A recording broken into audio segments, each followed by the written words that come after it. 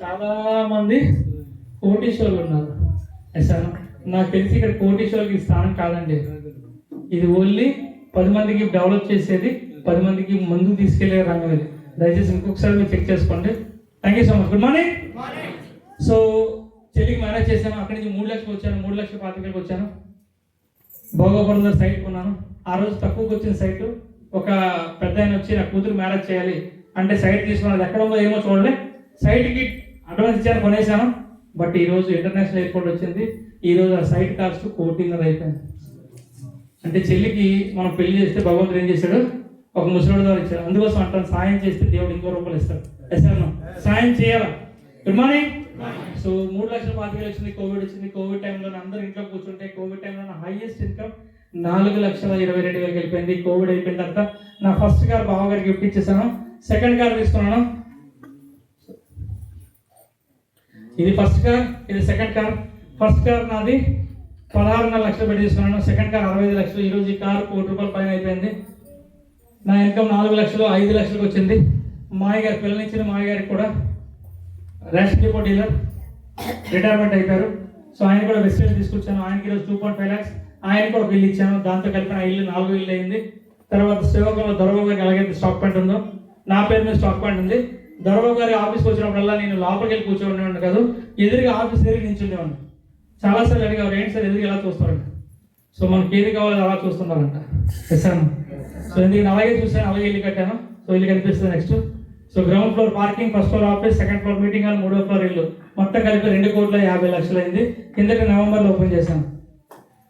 So అదే రకంగా ఇక్కడ మీరు చూడొచ్చు, లాస్ట్ బిఫోర్ మంత్ నా ఇన్కమ్ 7 లక్షలు. మొన్న నెల నా ఇన్కమ్ ఎంతండి? 9,74,000. ఇది కాకుండా స్టాక్ పాయింట్ కమిషన్ 2,00,000 లక్షల రూపాయలు, మా గారు 2,00,000 లక్షల రూపాయలు. మొత్తం కలిపితే నా ఇన్కమ్ నెలసరి నా ఇంట్లో వచ్చే income 14,76,000 per month income. So రీసెంట్గా మీరు చూసే ఉంటారు, కేఎల్ మూర్తి గారు మన టీం మెంబరే, హరికృష్ణ గారు మన టీం మెంబరే. మన టీంలో ఇప్పటి వరకు 74 మంది నెలకు ₹1,00,000 తీసుకుని ఉన్నారు. ఈ రోజు ఇక్కడ నేను ఉన్నాను. నా టీంలో 243వ కారు హైదరాబాద్లో ఓపెన్ అయింది. 243వ కారు ఈరోజు ఓపెన్ అయింది హైదరాబాద్లో, రిగంరెడ్డి గారు. సో ఇక్కడ మీరు అబ్జర్వ్ చేయవలసిన విషయం ఏంటంటే, వెస్టేజ్ అనే ప్లాట్ఫామ్ ఏదైతుందో ఇది ఇల్లు అండి. మన డాక్టర్ ఆఫీస్కి వెళ్ళారు కదా, సో దగ్గర ఇలాగే ఉంటుందా ఉంటుందా? గ్రౌండ్ ఫ్లోర్ పార్కింగ్ 2 రూమ్లు ఉంటాయి. ఒక రూమ్ ఎందుకోసం అంటే అక్కడే తాళం ఉంటుంది. ఎవరైనా లాంగ్ నుంచి వస్తే అక్కడ తాళం ఉంటుంది, హ్యాపీగా నైట్ పడుకోవచ్చు. పక్కన వాష్రూమ్ ఉంటుంది. ఎందుకంటే ఒకప్పుడు ఎక్కడికైనా వెళ్తే రైల్వే స్టేషన్ దగ్గర, బస్ స్టాండ్ దగ్గర ఒక న్యూస్ పేపర్ వేసి పడుకునేవాళ్ళం, డబ్బులు లేక. ఈరోజు మన టీంలో ఎవరైనా వస్తే హ్యాపీగా రూమ్ కిందనే ఉంటుంది, హ్యాపీగా రిలాక్స్ అవ్వచ్చు.